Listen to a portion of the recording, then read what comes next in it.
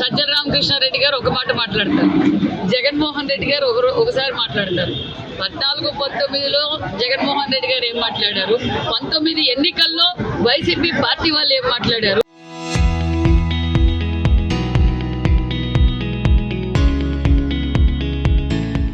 మరి ప్రభుత్వము వాళ్ళు ప్రతిపక్షంలోకి వచ్చాక మరి మేము సజ్జల రామకృష్ణారెడ్డి గారే వచ్చి మేము అమరావతికి వ్యతిరేకత కాదు అని ప్రత్యక్షంగా మరి సాక్ష్యాలతో సహా ఉన్నాయి. మరి చట్టసభల్లో మరి ప్రధానమంత్రి గారు అంటే రాజ్యసభ, లోక్సభ, ఇక్కడ శాసనసభలో తీర్మానం చేసి మరి రాజ్యసభ, లోక్సభలో కూడా తీర్మానం చేసి ఇది రాజధాని, ఆంధ్రప్రదేశ్ రాజధాని అమరావతి అని స్పష్టంగా ప్రధానమంత్రి గారే డిక్లేర్ చేసిన, అంటే జగన్మోహన్ రెడ్డి గారికి ప్రధానమంత్రి అన్నా రాష్ట్ర ప్రజలన్నా ఆయనకి గౌరవం లేదు. ఈరోజు గంటకో మాట మాట్లాడతాడు, రేపు ఏం మాట్లాడతాడో తెలీదు. రేపు పులివెందుల రాజధాని అంటారో మరి 3 ముక్కలాట చేసి ఈ రాష్ట్రాన్ని ఏ విధంగా ప్రశ్న పెట్టించారో తెలుసు. మరి సజ్జల రామకృష్ణారెడ్డి గారి గురించి తెలుసు.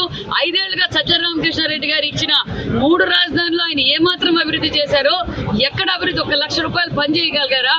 ఈ రోజు వాళ్ళు మాట్లాడుతున్నారు, పార్టీ క్లారిటీగా ఉంది. ఆంధ్రప్రదేశ్ ప్రజలందరికీ సంపూర్ణమైన నమ్మకంతో చంద్రబాబు నాయుడు గారు అవుతానే ఈ రాజధాని పూర్తి చేయగలరు, ఈ స్వర్ణ ఆంధ్రప్రదేశ్ మార్చగలరు అన్న విషయం క్లారిటీగా ఉంది. ప్రజలు క్లారిటీగా ఉన్నారు, మేధావులు క్లారిటీగా ఉన్నారు, మీడియా సోదరులు కూడా క్లారిటీగా ఉన్నారు. ఇదే మీడియా సోదరులు అడగండి, 5 ఏళ్లుగా రాజధాని సంపూర్ణమైన మెజార్టీ 151 జగన్ రెడ్డి గారు రాయలసీమకి ఏం చేశారు, రాష్ట్రానికి ఏం చేశారు, రాజధానికి ఏం చేశావా నువ్వు?